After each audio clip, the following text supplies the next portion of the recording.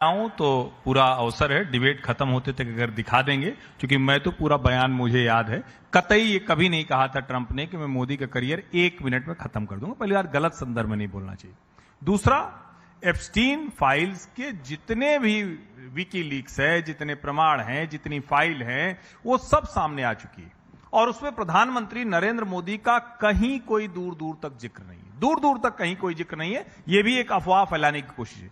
तीसरी बात, ये मतलब कहना कि प्रधानमंत्री डांस कर रहा था, ये किया, ये भी कोई प्रमाण नहीं है। क्या पूरी हवाई राजनीति होगी? और जब हवाई राजनीति होगी तो कांग्रेस के लिए सोचने की बात है कि 10 साल से अगर वही कहते हुए भारतीय जनता पार्टी जनता का विश्वास जीत ले रही है, तो ये कांग्रेस के लिए चिंता की बात है, उनकी रणनीतिकारों के लिए चिंता की बात। जो आपने प्रश्न पूछा, देश के लोगों को सोचना चाहिए। इतना समय 28 फरवरी से युद्ध शुरू होने के बाद भारत अकेला देश है जहां कोई बहुत बड़ा महंगाई का आपके ऊपर बोझ नहीं पड़ा। दुनिया के 40 देशों ने राशनिंग से लेकर, क्यूआर कोड से लेकर, फोर्स वीकली ऑफ से लेकर जाने क्या क्या कर दिया। भारत सरकार को यह उम्मीद थी और ये लग रहा था कि युद्ध समाप्त हो जाएगा, स्टेट ऑफ हॉर्मुज खुल जाएगा। और अभी भी जब हम लोग ये बात कर रहे हैं तो ईरानी विदेश मंत्री सैयद अब्बास अरागची भारत में बैठक के लिए आए हुए।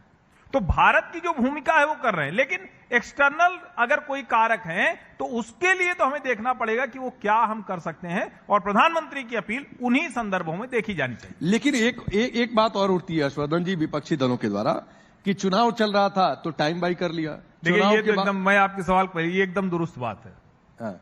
भारतीय जनता पार्टी को लगा कि चुनाव के बीच में ये करेंगे तो उसका परिणाम कुछ और हो सकता है। ये एकदम दुरुस्त बात, ये विपक्ष का आरोप कतई गलत नहीं है, चाहे जो भारतीय जनता पार्टी के लोग इस पे कहें, लेकिन ये सच है। लेकिन अब उसके आगे की बात जो ज्यादा जरूरी है, क्या राज्यों के चुनाव परिणाम बदलने से एक्सटर्नल अफेयर्स में या जो गैस की पॉलिसी, एनर्जी पॉलिसी में कोई चेंज हो सकता है? जवाब है नहीं।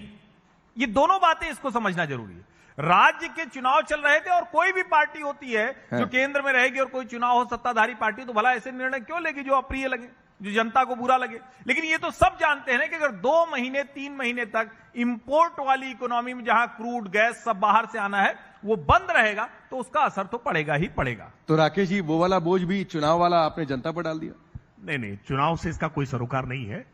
सरकार लगातार प्रयत्न करती है कि ऐसी अप्रिय स्थितियों को कितने दिनों तक टाला जा सके, और हम आशावादी थे इस बात को लेकर के कि जल्द ही ये युद्ध समाप्त होगा। और इस बात के कई बार संकेत दिखाई भी पड़े, जब मध्यस्थता होती हुई दिखाई पड़ी है, जब लगा कि शायद युद्ध समाप्त हो जाएगा और स्थितियां फिर से नॉर्मलाइज हो जाएंगी। लेकिन अब जब स्थितियां अभी बिगड़ती हुई दिख रही हैं, इसके कोई समाधान निकट भविष्य में बहुत जल्दी होते हुए दिख नहीं रहे, तो देश को आत्मनिर्भर होना चाहिए, देश को मितव्ययिता के साथ चलना चाहिए। नहीं, लेकिन एक बात है, आप कह रहे हैं मध्यस्थता होते हुए दिखाई पड़ रही है, आपके मंत्री तो कहे कि दलाली हो रही थी। अब देखिए, दलाली हो रही थी, मध्यस्थता हो रही थी, कौन कर रहा था, क्या कर रहा था, यह अंतर्राष्ट्रीय विषय है। अंतर्राष्ट्रीय विषयों को लेकर के हमारी अपनी कोई हम ओपिनियन रखने के लिए कोई अधिकृत व्यक्ति नहीं है। लेकिन हम इस बात को कह सकते हैं कि युद्ध हमेशा पूरी मानवता के लिए नुकसानदायक होते हैं। युद्ध नहीं होने चाहिए। हम बुद्ध के देश के रहने वाले रहे, हम इस बात के आशावादी मान करके चल रहे थे कि ये जल्दी ही स्थितियां, परिस्थितियां समाप्त हो और पूरी दुनिया भर में आज आपके बगल में सहमत है आपकी बात से? उनकी सहमति उनकी है, तो मैं वही तो पूछ रहा हूं, उनका लोकतांत्रिक सर बताइए, आप सहमत हैं की बात से? 2 महीने तक ही टालने की कोशिश की है, ना टाल पाए, और चुनाव खत्म होते लगा कि अब नहीं टलेगा। देखिए, मैं फिर से राकेश द्वय जी दोहरा रहा हूं। निश्चित तौर पर चुनाव की वजह से ये कीमतें नहीं बढ़ी, लेकिन हां, उसका एक दूसरा पहलू आप ये कह सकते हैं, हर किसी को उम्मीद थी। एक समय में तो लग रहा था ना कि ट्रंप और ईरान के बीच में कोई बातचीत हो रही है। एक समय में लग रहा था कि दुनिया के दूसरे देश उसमें शामिल हैं और सऊदी अरब, चाइना, ये सारे के सारे देश शामिल हैं और हो सकता है कि युद्ध रुक जाए। लेकिन अगर युद्ध नहीं रुका और स्टेट ऑफ हॉर्मुज से अभी भी टोल सिस्टम काम कर रहा है, ये IRGC से बात करो, ईरान से बात करो, अमेरिका से बात करो, जब तक ये सब चलता रहेगा भारत जैसे बड़े देश में इकोनॉमी ठीक नहीं हो सकती। और इस पर मेरा दूसरा व्यू है, सिंगापुर को संकट है, यूरोपीय यूनियन को संकट है, चाइना में 27% कीमतें बढ़ गई, अमेरिका में गैसोलीन की कीमतें बढ़ गई। भारत सरकार ने इस मामले में ये कमाल का मैनेजमेंट किया है। लेकिन ये तो सच है ना कि अगर 1000 करोड़ का घाटा रोज होता रहेगा तो आप बहुत लंबे समय तक सस्टेन नहीं कर सकते। दोनों उतना ही सच है। ठीक है फराज भाई, मैं आता हूं, लेकिन उससे पहले असीम वकार जी, तो ये 1000 करोड़ रोज का घाटा अगर मैनेज करने की बातचीत हुई है और बचत की बात, और खुद प्रधानमंत्री ये संदेश दे रहे हैं अपना काफिला छोटा करके 2 गाड़ी का, और विदेश तो वही जाएंगे, कहां से क्या, फिर क्यों इस पर पॉलिटिक्स हो रही है? कहां घाटा हो रहा है सर? घाटा कहां हो रहा है?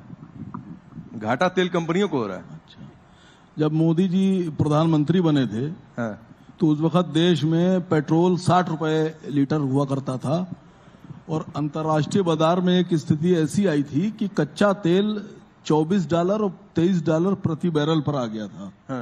तब तो मोदी जी ने पैसे कम नहीं किए थे, तब तो 90 रुपए बेच रहे थे पेट्रोल।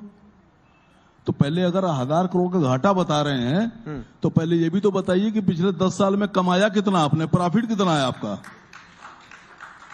ये कौन बताएगा? भाई आप कमा भी तो यहां से रहे हैं। आप अभी मैं इस पे ये पढ़ रहा था तो आपने लिखा है उत्तर प्रदेश प्रगति का महामार्ग। मुझे एक मार्ग बताइए जहां प्रगति हुई हो। कहीं प्रगति नहीं हुई है। कौन सी प्रगति आप कर रहे हैं? नहीं, मैं तो आपसे पूछ रहा हूं, उत्तर नहीं, प्रदेश सर, में कोई प्रगति नहीं हुई है। नहीं सर, बात समझिएगा। आप सड़क बनाते हैं, उस पर पैसे पहले लेने लगते हैं टोल लगाकर। आपने कार बेची, उस पर रोड टैक्स ले लिया। आपने 20 लाख की फॉर्च्यूनर पर पहले टैक्स लगा के उसको 55 लाख का कर दिया।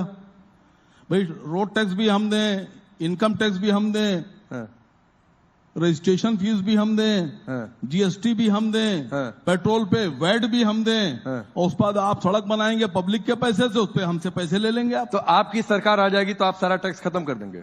होना चाहिए सर, टैक्स होना ही नहीं चाहिए। नहीं, टैक्स जैस टैक्स रखिए आप।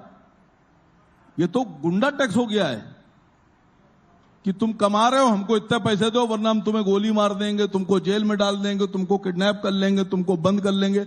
ये टैक्स सरकार के टैक्स नहीं होते हैं। सरकार के टैक्स होते हैं कि ईमानदारी के टैक्स दो। अच्छा, 1 मिनट सर, बात निकाली तो पूरी कर लेने दीजिए। आप हमसे टैक्स ले रहे हैं, आप हमसे वोट ले रहे हैं, आप हमसे सरकार बनवा रहे हैं, और उसके बाद में हमारे ही बच्चे स्कूलों में अवैध फीसें जमा करेंगे। 10-10 हजार, 12-12 हजार, 8-8 हजार की फीस जमा करेंगे।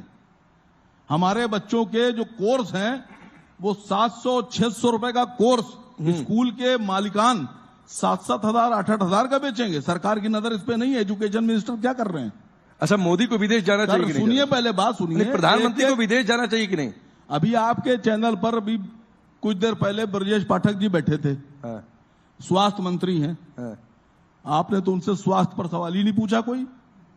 अरे तो खड़ा होकर आप पूछ लिए होते। नहीं, आप बताइए, आप लोग यहाँ मौजूद और ये भी बता रहा हूँ कि अगर डिबेट में किसी को सवाल पूछना है तो हाथ उठाएंगे, मैं आ जाऊंगा आप लोगों सर के पास। बात तो सुन लीजिए। आप में से सब यहाँ मौजूद थे, आप बताइए एंकर ने क्या। हर्षवर्धन जी कह रहे हैं कि सामने ही थे, खड़ा होकर बोलते कि हमको पूछना है। नहीं, उस वक्त तो मुस्कुरा रहे थे सर, क्योंकि बात उनको तो लगा कि मुसलमान सपा से इनकी तरफ चला जाए। बात तो जाते समय कोई सिफारिश भी बता रहे थे। बात तो जाते समय कोई सिफारिश भी बता रहे थे, इसीलिए बात सवाल तो सुन लेने दीजिए।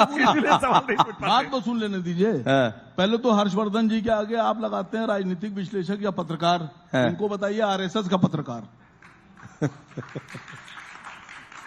पहले सीधी सी बात मैं आपसे पूछ रहा हूं, आप कितने लोग हैं? सबके घर में परिवार है, सबके घर में बीमारी दुखी आती है, सब डॉक्टर के पास जाते हैं, और प्रत्येक व्यक्ति को जो यहां बैठा उसको यह भी पता है कि अगर एक 2000 रुपए की जांच डॉक्टर साहब ने लिखी है तो उसमें 1200 रुपए डॉक्टर साहब का कमीशन है।